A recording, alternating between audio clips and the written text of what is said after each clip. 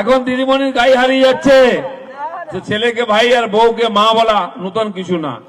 সেই জন্য কাকে কি বলবেন ঠিক নাই, আরো অনেক কিছু শুনতে হবে। আপনারা প্রস্তুত থাকুন, সবে তো শুরু হয়েছে, আমরা এখন মাঠে নামিনি। পিসি ভাইপো নেমে পড়েছেন, লোককে বোঝাচ্ছেন এটা নয় ওটা নয়, লোক কিন্তু সব বোঝে। তাই তো এখানকার লোক পঞ্চায়েতে বিজেপিকে ভোট দিয়েছিল, তাও লুট করে নেওয়া হয়েছে, অনেক জায়গায় নমিনেশন করতে দেওয়া হয়নি, আর বাকি যেটা ছিল লোকে পার্লামেন্টে বুঝিয়ে দিয়েছে, আমাকে জিতিয়ে এখান থেকে দিল্লি পাঠিয়ে দিয়েছে। সবে শুরু হয়েছে, ট্রেলার হয়েছে, রিয়েল ফিল্ম বাকি। ওটা এপ্রিল মে মাসে ভোটে বোঝা যাবে। সমস্ত বুথেতে ওদের জামানত বাজেয়াপ্ত করতে হবে। গতবারে পুলিশ দেখিয়ে ভয় দেখিয়ে লোককে পঞ্চায়েতে আটকে রেখেছিল, ভোট দিতে দেয়নি। ওটা হবে না।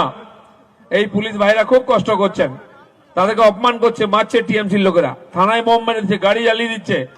আমি বলছি ভোটটা পার হন, বিজেপি সরকার হবে, আপনাদের সম্মান আমরা ফিরিয়ে দেব, পুলিশকে কেউ চমকাতে পারবে না। কিন্তু এই যে পুলিশ, যতদিন এই সরকার আছে পুলিশ হয়েছে ঢোড়া সাপ।